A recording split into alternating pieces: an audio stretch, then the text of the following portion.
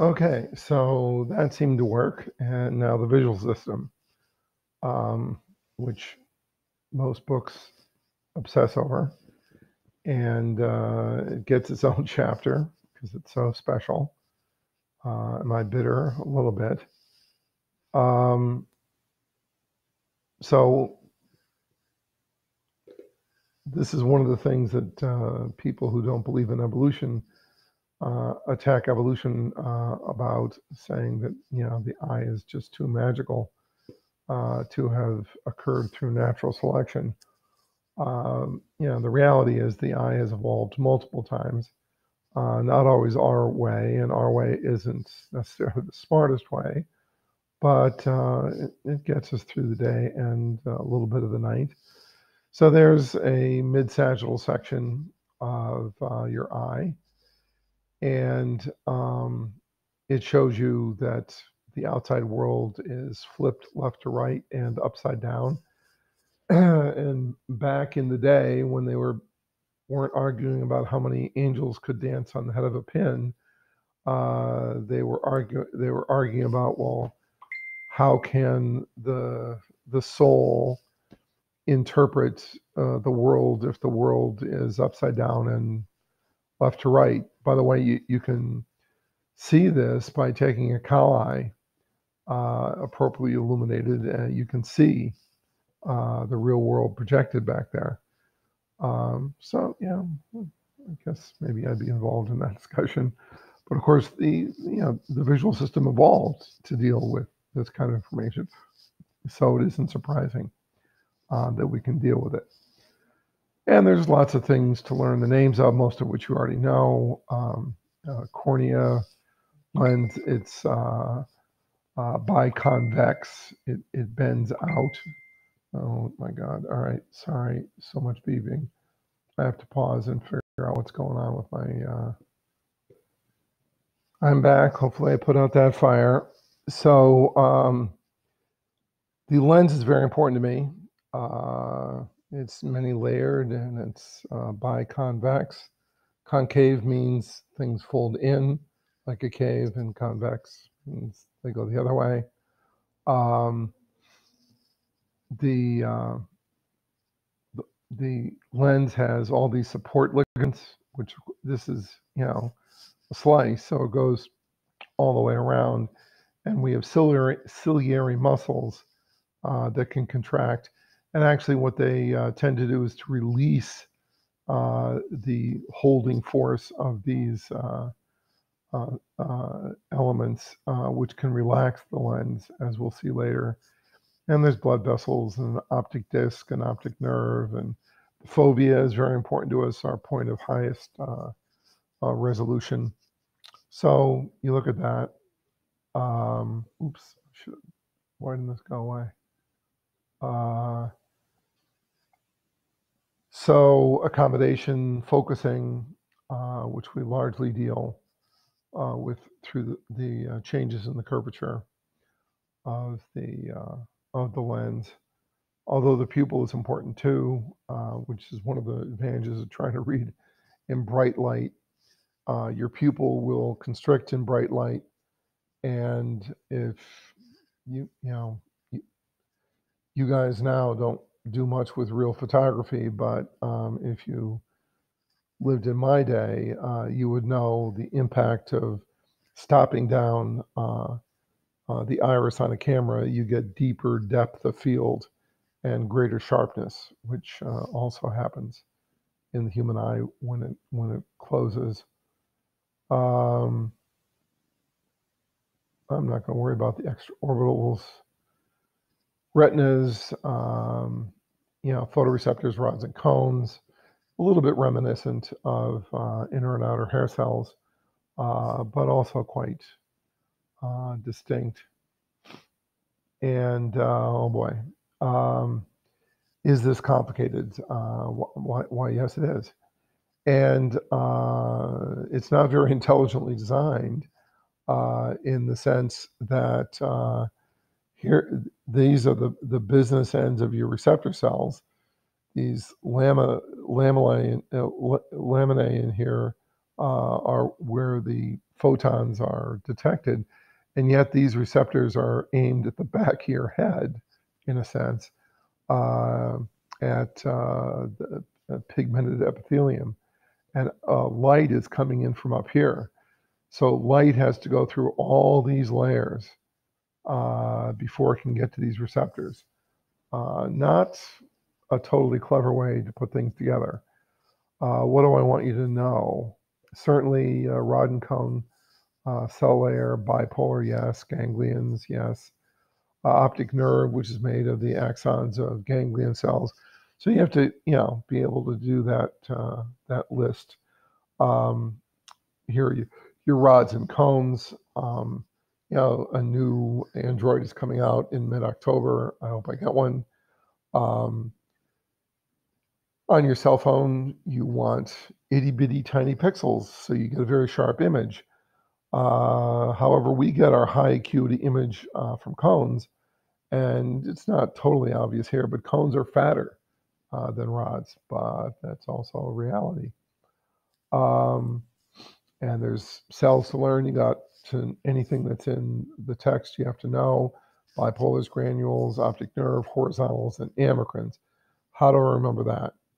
I have a mnemonic, and the mnemonic is HA, H-A, horizontal and amacrine. So as information is going through the retina, that means it's already been, the transduction has already occurred in the rods and cones. First, it goes by the horizontals, and then it goes by the amacrines. And it's labeled there. So horizontals and amacrines. That's not how light goes through those cells. That's how visual information goes through those cells. And photopic vision, scotopic vision, scotos, darkness, which we don't expose ourselves to very much these days. So we have scotopic vision. I like looking at stars. I like looking for satellites. And you have to dark adapt, which we usually don't let ourselves do. It takes about 20 minutes. As a child, I would occasionally stare at the sun. Not a bright child. And one night I was out playing and I was looking at the stars and I saw a bright star and I was looking at it. And then off to the side, I saw a dim star and I went to look at this dim star and it went away.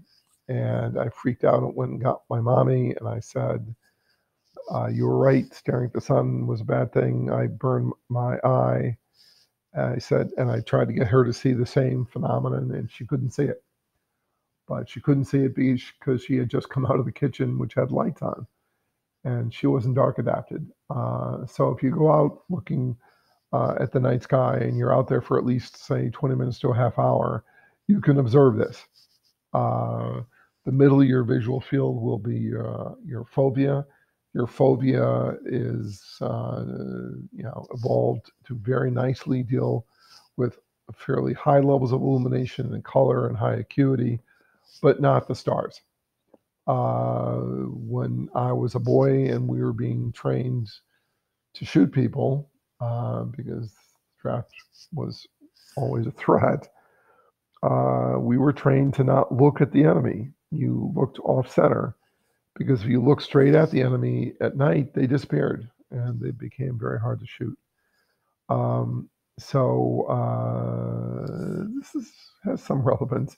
The military is obsessed with this stuff, as are a friend of mine who's now a physician, was a pilot. And most of what I taught him here, pilots have to know. So scotopic, photopic, good discussion there.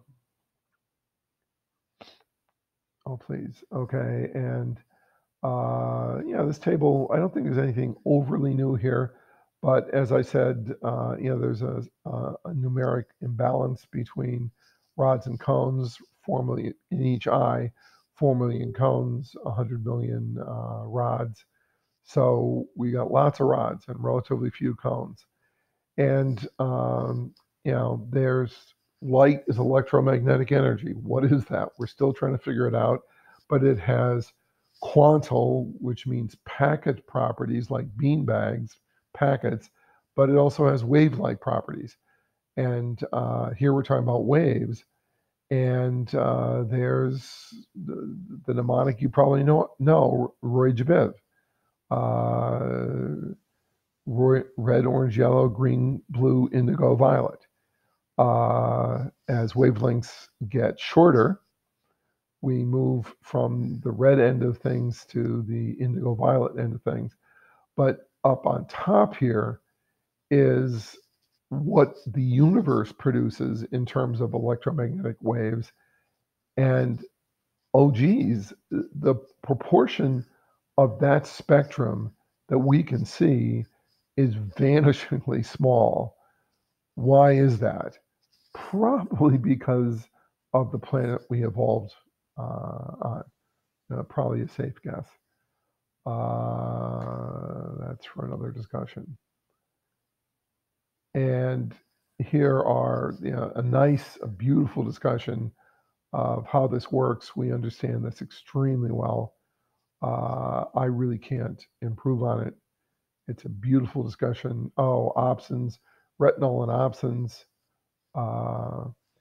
One retinol, four opsins in terms of the rods and cones.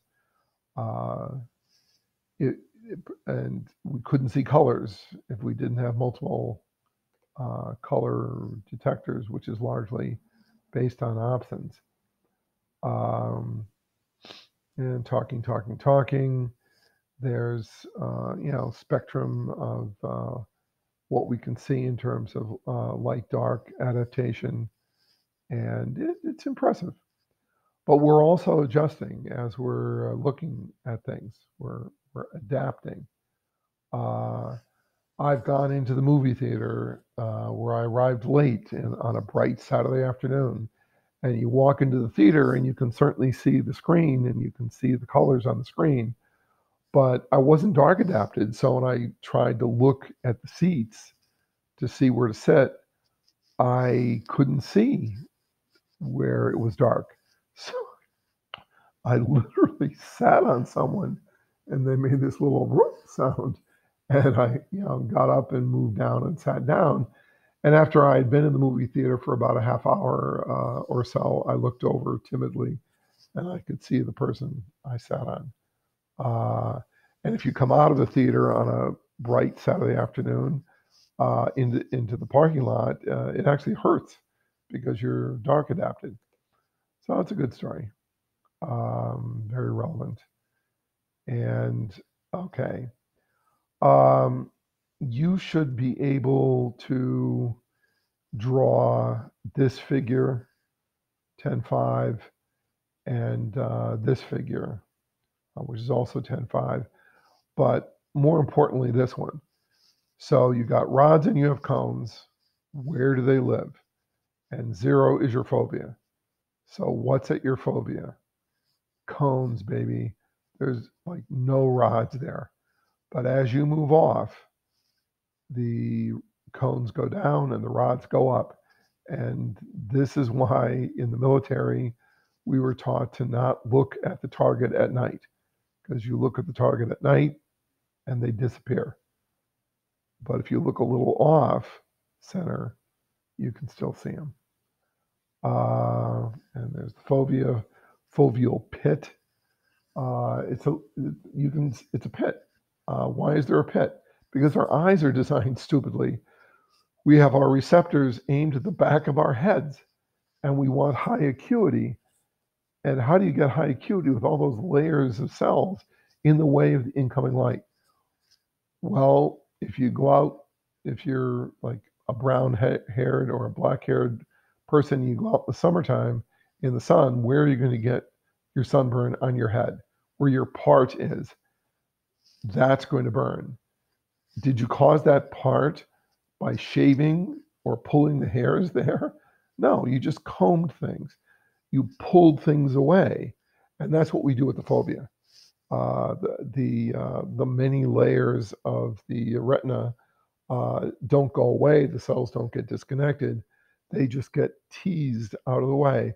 So light doesn't have to go through all the layers at the phobia, and you get higher acuity. Thank you, intelligent designer. There it is. That's it, man. So at the fovea, light can get pretty much directly, although these cells are still in the way, cell bodies are in the way, they can get pretty much directly to the cones. But when you move away, then you got all this junk, and it degrades the image. Lateral inhibition.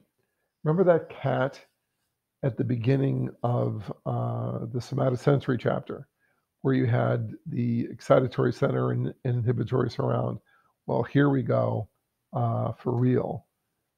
And I'm about to show you a relevant video. You've seen these pictures.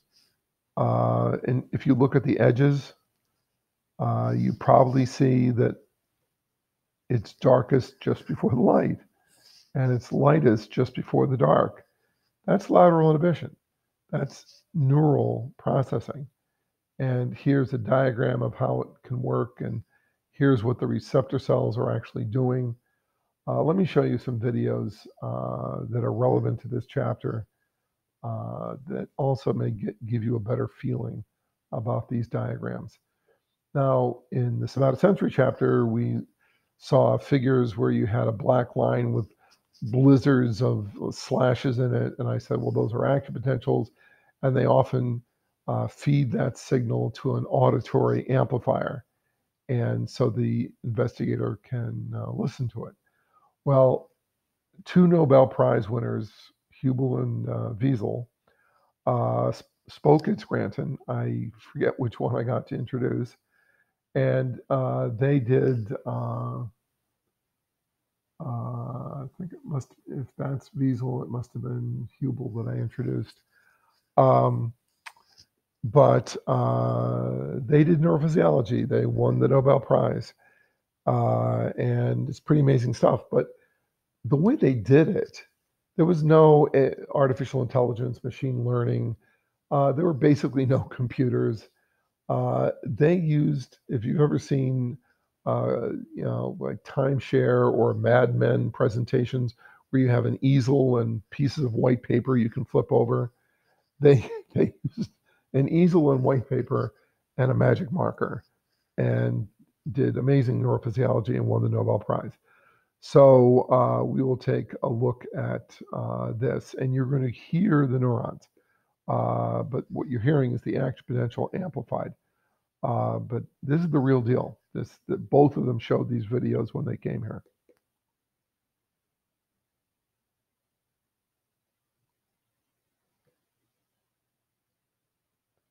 And I hear no audio.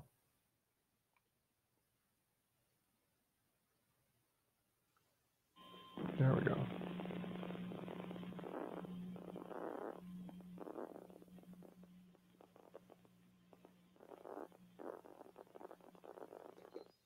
Okay, so you have a piece of white paper.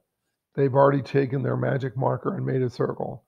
And they have a really kind of primitive projector system where they can, with diaphragms, they can make lights of different diameters. There weren't lasers at this point in time. But in the background, you can hear the purring of the cell. So you're not petting the cat as we did in the somatosensory chapter. You are petting a neuron in the lateral geniculate. Remember, lateral light, medial music. And this cell tends to like to look at certain things.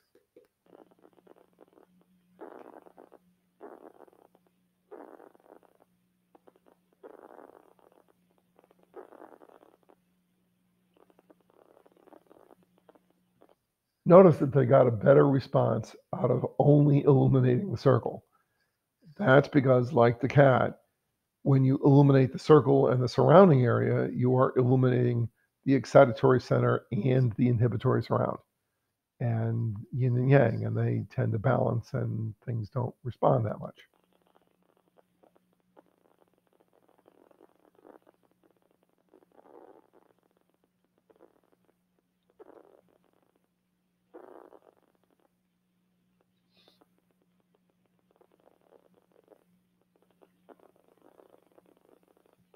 Now, this is an excitatory center cell because when you stimulate the center, it gets excited, but there are also inhibitory centered cells where if you stimulate the center, they get inhibited. Whatever the center does, the surround area does the opposite in these cell types.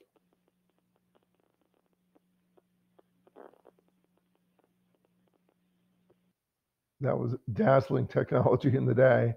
So now you've got a light stimulus that hits the inhibitory surround, but doesn't hit the excitatory center.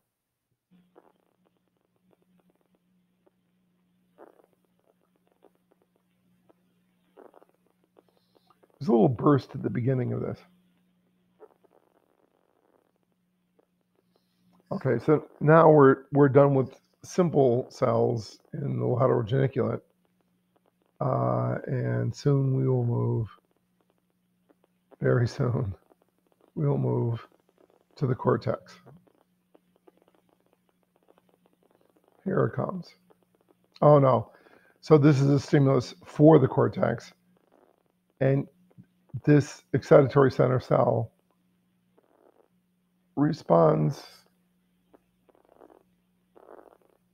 pretty well. I'm guessing we moved to the cortex here.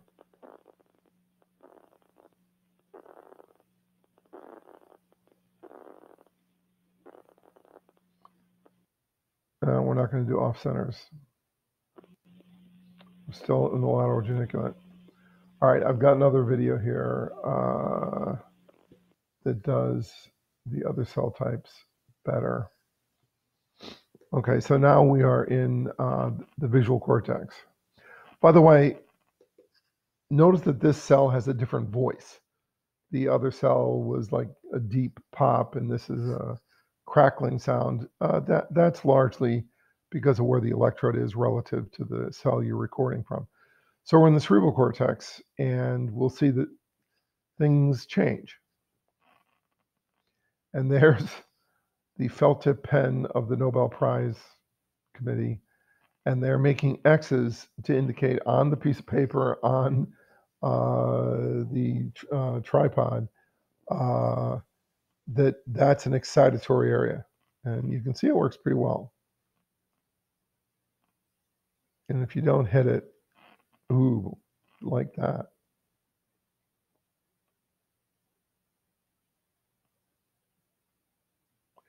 Now they're making it wider. It's a little hard to spot in that one, but when the light is turned off, when they're stimulating right next door, you get a burst of activity, suggesting the light was inhibiting the cell and then turning it off reduced the inhibition. And they will indicate that with the Nobel Prize winning sloppy triangles.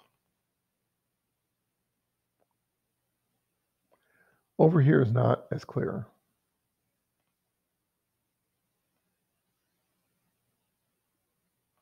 But they are going to mark it the same way, which is a bit surprising.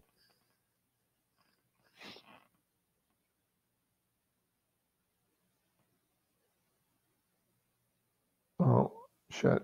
Okay.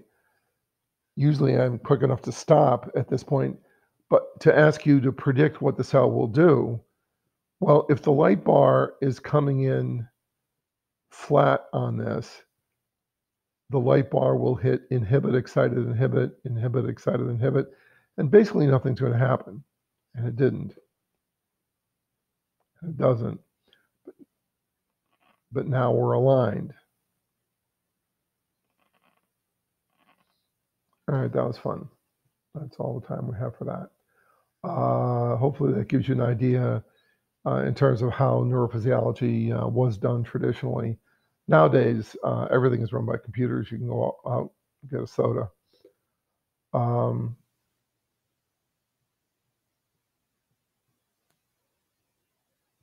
dear. That was recording, I hope. I changed pages. Did that mess everything up? Okay, somebody has to pause. I'm going to assume that that was okay. Certainly my verbal behavior was okay. Okay, so hopefully that'll help you understand this information. Optic chiasm, where some but not all cells of the optic nerves cross over, that's way important. And this is a cute picture, and I do like to talk about bunnies or frogs. If you were a bunch of bunnies, this part of the class, or frogs, this would be easy because virtually everything would cross, left eye to the right side of the brain, right eye to the left side of the brain. But we're not bunnies, and our visual fields overlap. In fact, a lot of it is seen by both eyes.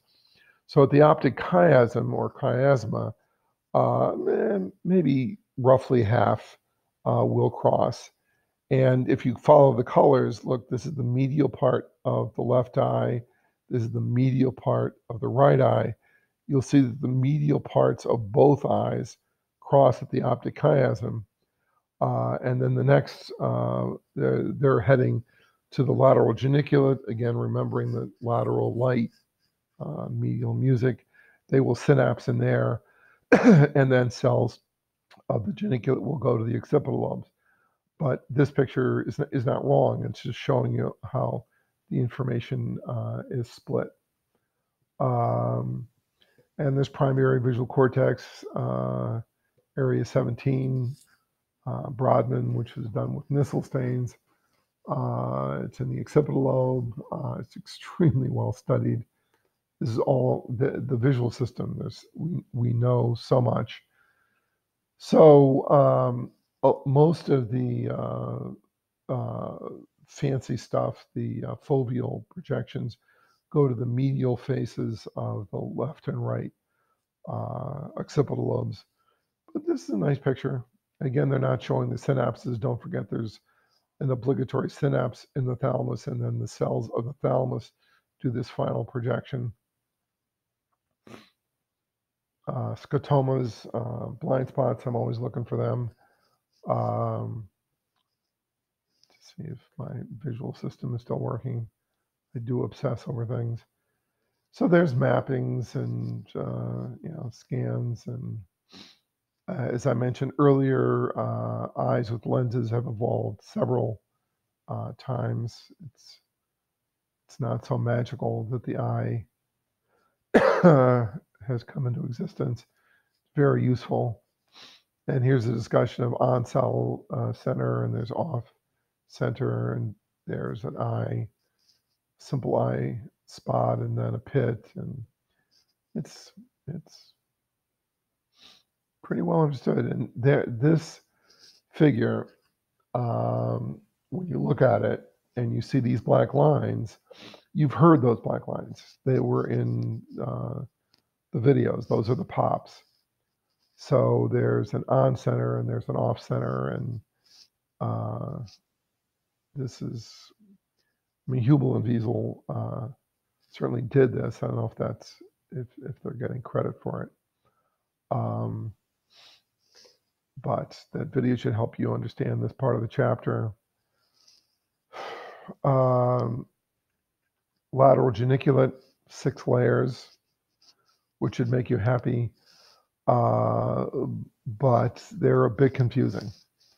Notice that you've got big cells in laminae 1 and 2 and smaller cells in the above laminae.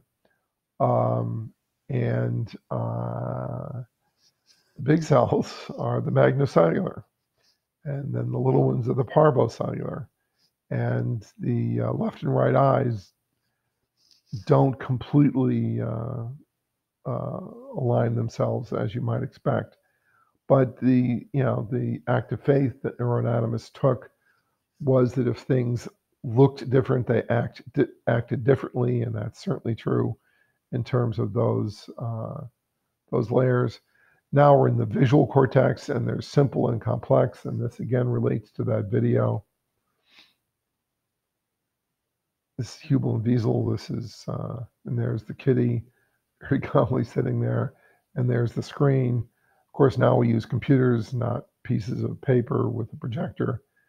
And you've sort of seen this. So hopefully those videos will help you understand that section. And here's a theoretical way that things can be wired up so that you have cells behaving in the way that cells, in fact, do. Spatial frequency, this is something I never talk about, but there it is. It's worth looking at. Usually we get, yes, the Mona Lisa.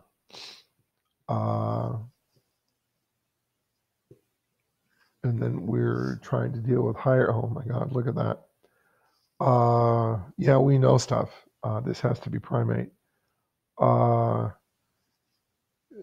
In monkey and humans, way more detail than you need here. Way more detail.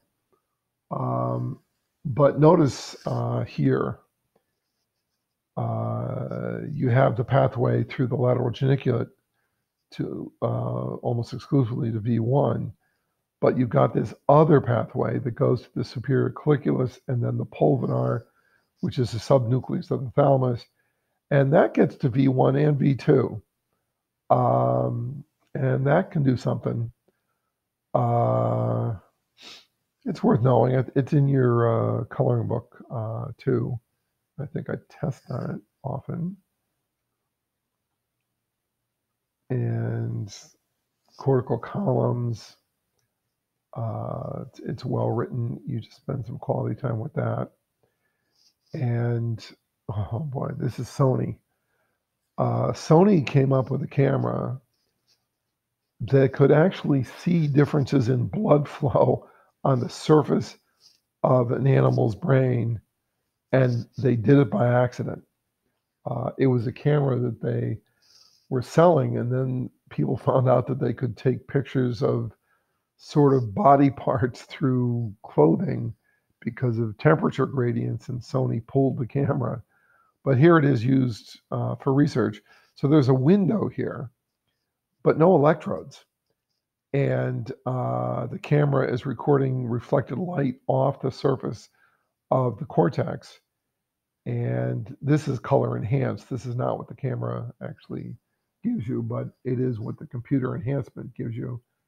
And it's amazing. And it's pretty non-invasive.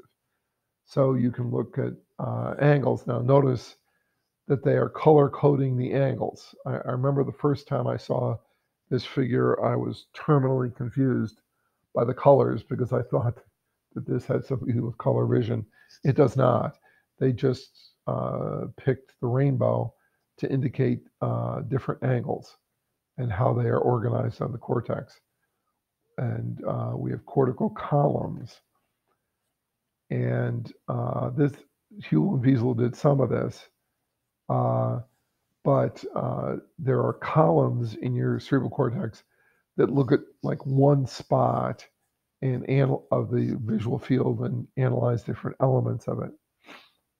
And color, yes, there is no color. There's electromagnetic energy with different wavelengths. There's no red, there's no blue. These are perceptions. And that's nicely discussed here. Trichromatic hypothesis. It's an hypothesis. It's trichromatic, tricycle, three colors. It's partially true. And you've got three kinds of options. Oh my God, the dress. I forgot about the dress. But you have three kinds of options in your cones. Turkey Hill on Mulberry used to have monochromatic sodium lights over where the cars would park right up against the window. If you have a world flooded with a monochromatic light, your eyes are only getting one color. And you will convince yourself that you can see colors sometimes, but you're not. And I used to go up there and take like a driver's license photo and hold it below the dash so it was in shadow from regular lighting, and only the sodium lights from over my head hit, and it was black and white. And I did this when I was doing autoradiography at UCLA. We got this new illuminator for the room, and it was a sodium light. And they said, oh, you got to let it warm up for 20 minutes. And they said, okay, now you probably noticed you can't see color. And I'm there with, by the way, the guy who was the advisor for Mark Breedlove. And I said to the guy, I can still see you in color, Art. Can you see me in color? And he said, yes. And then I pulled out my driver's license or my UCLA ID. And oh my God, the photo was black and white. And then I looked up and Art was black and white. It was amazing. Places near observatories, the observatory wants no light pollution.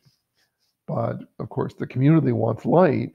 So they started putting in monochromatic sodium lights in some of these cities.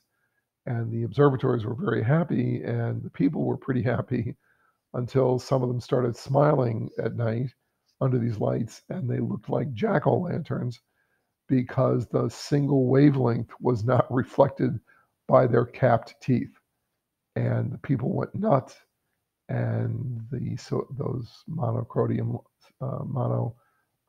lights went away. True story.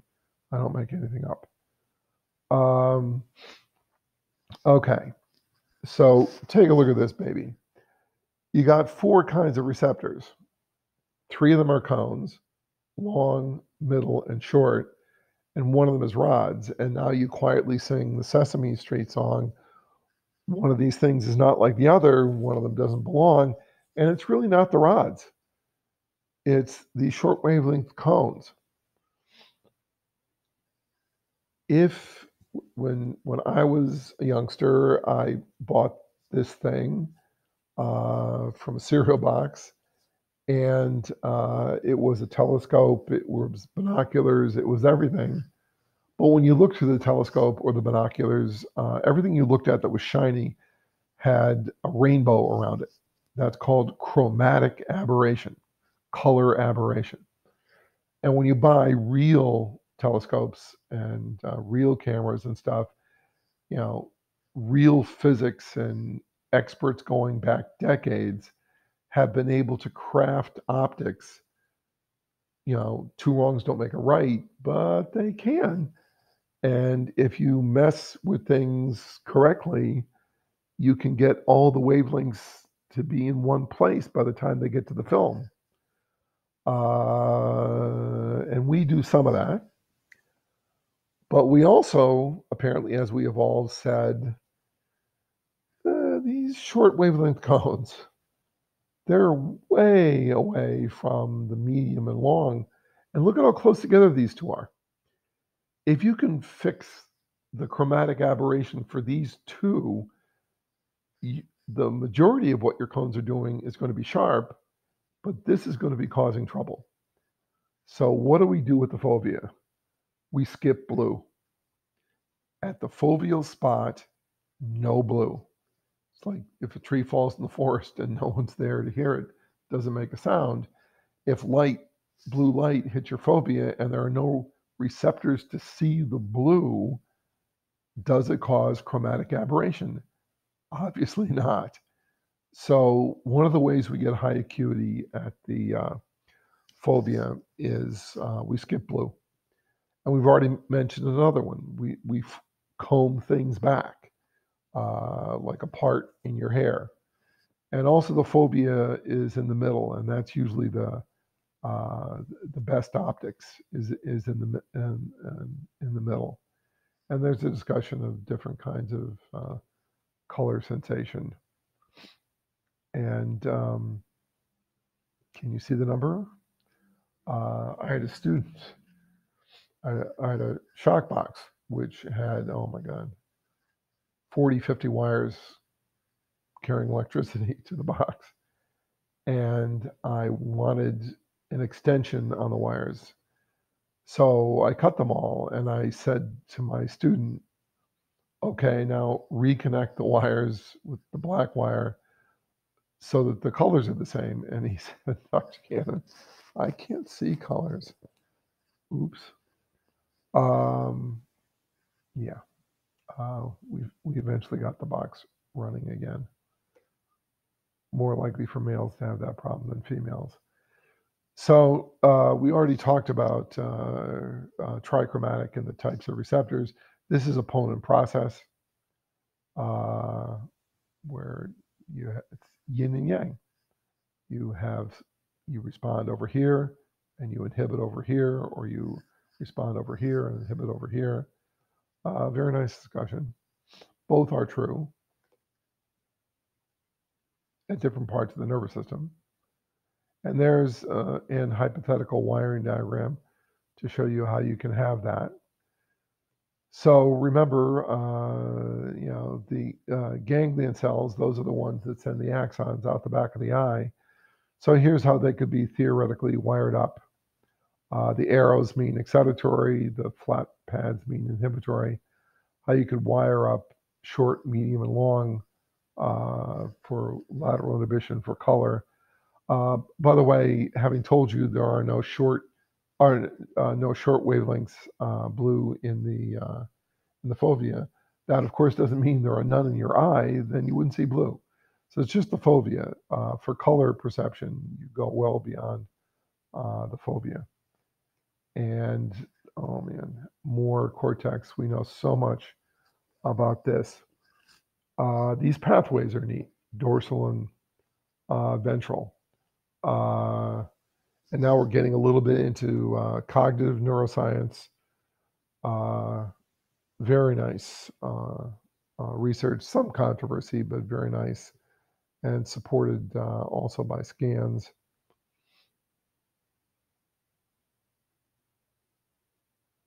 And there was this obsession with mirror neurons not so long ago.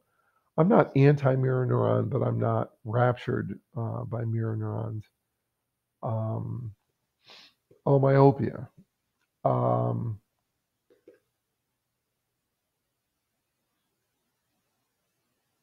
There's a discussion of the length of your eye is often the cause of you needing glasses, and you have different kinds of corrective lenses. And there is good reason to believe that spending a lot of time reading, which is what we used to do before we had computer screens and cell phones, that can mess up the development of the eye and leave you more likely to need corrective lenses. We did not evolve reading or looking at cell phones. We evolved, running around outside and looking at things fairly far away. That's the way our visual system is expecting the world to be. And now we lie to it. It was amblyopia that I was briefly getting excited by. I'm pretty sure we're going to get a picture here. There she is. Both Hubel and Wiesel, separately in their talks, said that one of the most important things about their research was this, that they had done research that led to the realization that if you have amblyopia, you should intervene early, and the intervention doesn't have to be very aggressive, and it can very dramatically improve the life of the person. Both of them were very excited that their research contributed to this. And then cutting edge, which you can look at, macular degeneration, clever, very clever rat research. Okay, so those are the two chapters, but I did not go over from my page the chapter or the superior olivary complex. So links relevant to quizzes.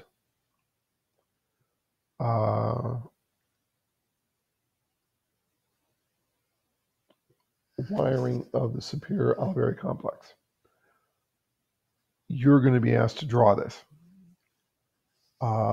It is simplified. Simplified in the sense that if the right cochlear nucleus has a cell coming out of it doing this, the left cochlear nucleus has a cell coming out of it going here. If there's a cell coming out of the left going here, then there's a cell over here going here.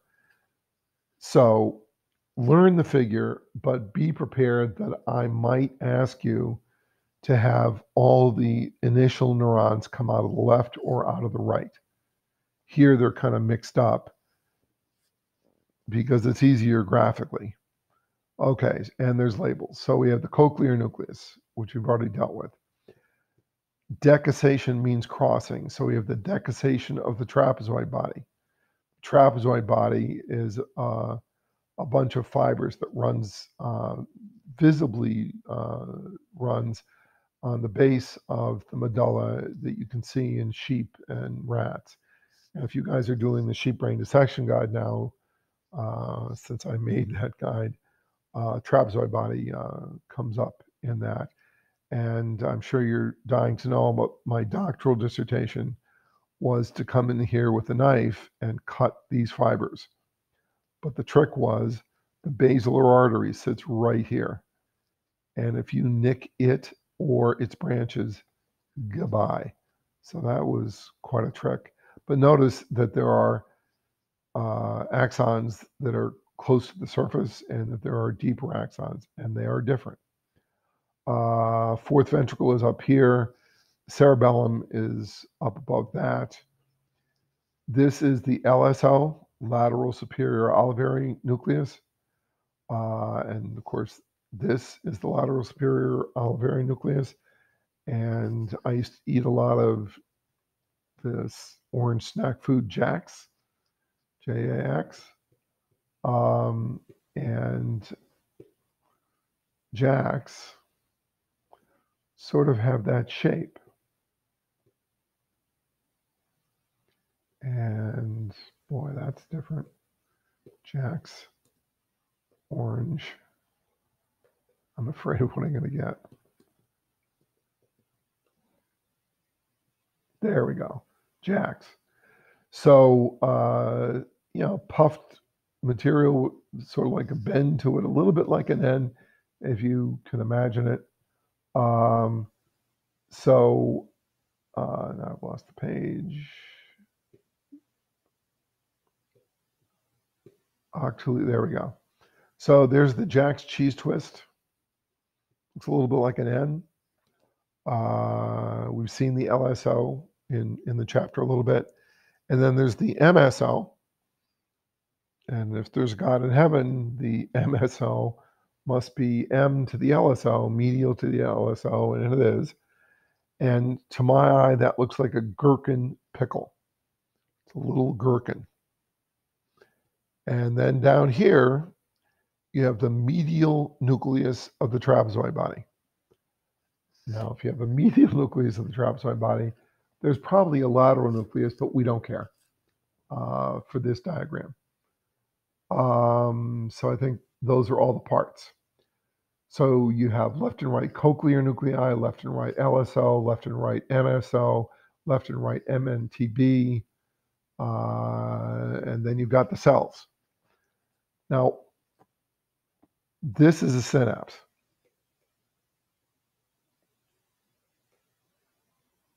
That is, that's right, magnification doesn't work on this page. Okay. But there's a little clawfoot, and then there should be a gap, and then there should be a cell body. So in other words, if we're studying this cell coming out of the right cochlear nucleus, its axon is, the cell body will be in the right cochlear nucleus. The axon will go down the trapezoid body across the midline where I'm doing my cutting, and it will end in the contralateral opposite MNTB, which, by the way, looks like an olive. In the MNTB, it will synapse on a second cell, sort of like the LSO and MSO, where things go in, talk to another cell, and then something leaves.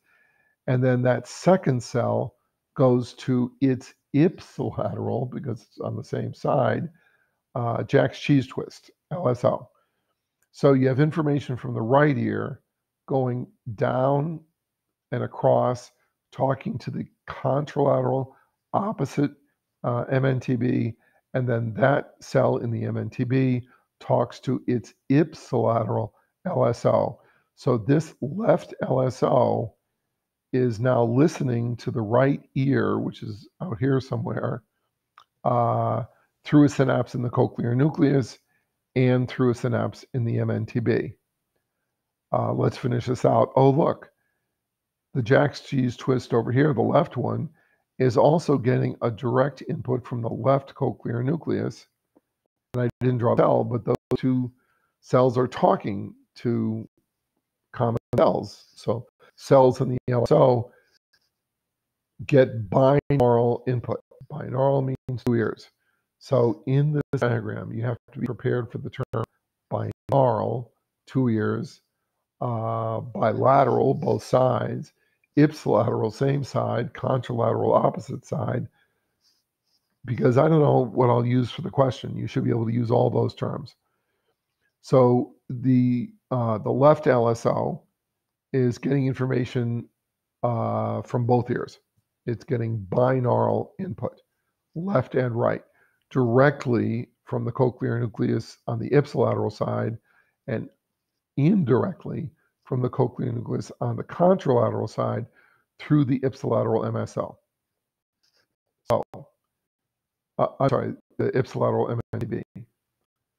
Now, the MNTB, there's the left one. The left one only listens to the right ear. And there's a right one. If I asked you to wire up the right one would only be listening to the left ear. So riddle me this. Does the MNTB get binaural input?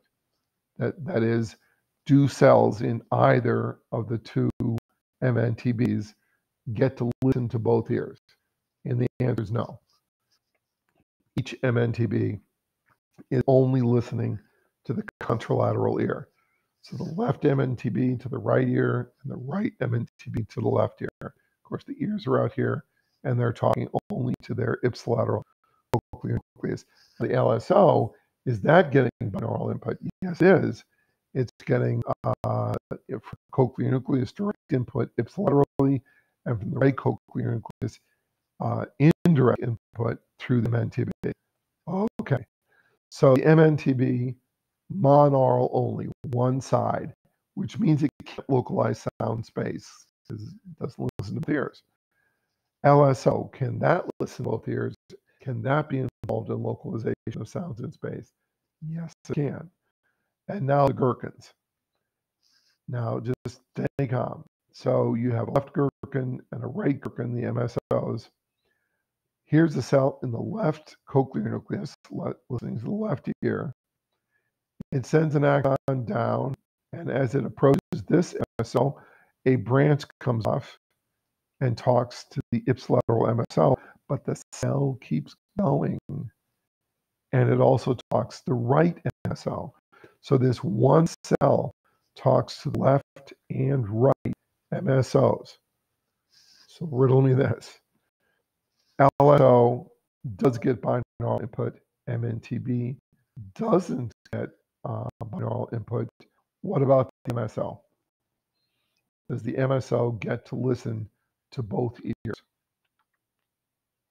And the answer is yes, because if we drew the companion cell over here to this cell that innervates both MSOs, it would come from here. It would talk to this MSO. Now it's listening to both ears, and go over here and talk to this one. Now it's listening to both ears. Why am I doing this? To localize sounds in space, you have to compare sounds on both sides of your head.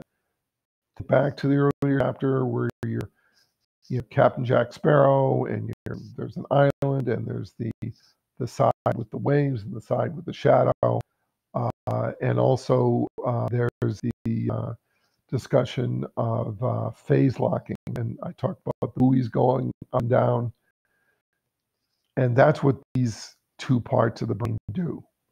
One is more interested in intensity differences. One is more interested in phase locking differences. I'm not going to say which one, and if it's in the textbook, I can't help it. But you can't tell by looking at this which is which. But when you do a knife cut here, if the knife cut is shallow, it will only get rid of these fibers. And these fibers, by the way, are big and fat, very fast accents. With the deeper cut, of course, you're going to get these, but you'll also get those. Those are thinner. Why was I doing this? Because I was playing loud sounds to animals and making them jump. I wanted to know which fibers made them jump. And it looked like it was the large fibers, the trapezoid body, these down here. This diagram is a little wrong based on what actually runs the startle response, but I was pretty right. So the fibers down here run the acoustic startle, and the acoustic startle is used in fear potentiated startle, which we'll talk about later in the course.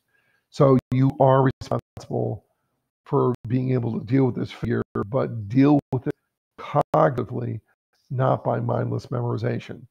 Understand ipsilateral, contralateral, monaural, binaural, and which cells do and don't listen to both ears.